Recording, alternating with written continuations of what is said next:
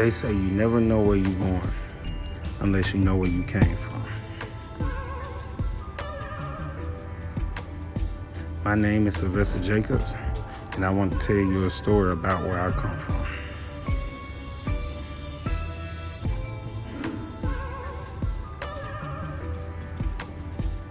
I am born and raised in Atlanta, Georgia. I grew up in Zone 3 Atlanta, Cleveland Avenue and Brownsmill Road to be exact. Of all the promising neighborhoods in Atlanta, I would say Cleveland Avenue would be a breach in the promise for me. Even though this was a tough neighborhood to grow up in because of the drugs and the violence, I was blessed enough to make it out. I often reminisce as I ride down these streets on when I was younger, on when me and my friends would hang out and get in all types of trouble. And I'm just grateful to say to this day that me and all my friends are still around to talk about all the dumb stuff we did when we were young.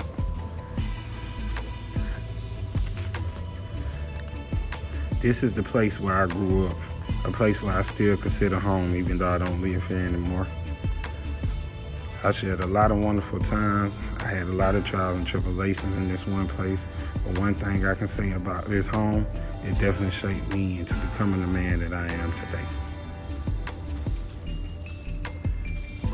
This neighborhood for me was like one of the most difficult things to deal with, but at the same time, it was one of the most wonderful things to deal with.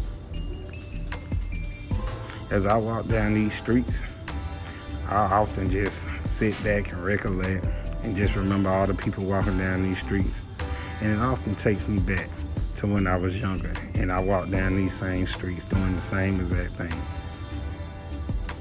The only difference is now, when I think about the things I did when I was younger, it allows me to just appreciate what I have because I'm older and be grateful that I am alive today.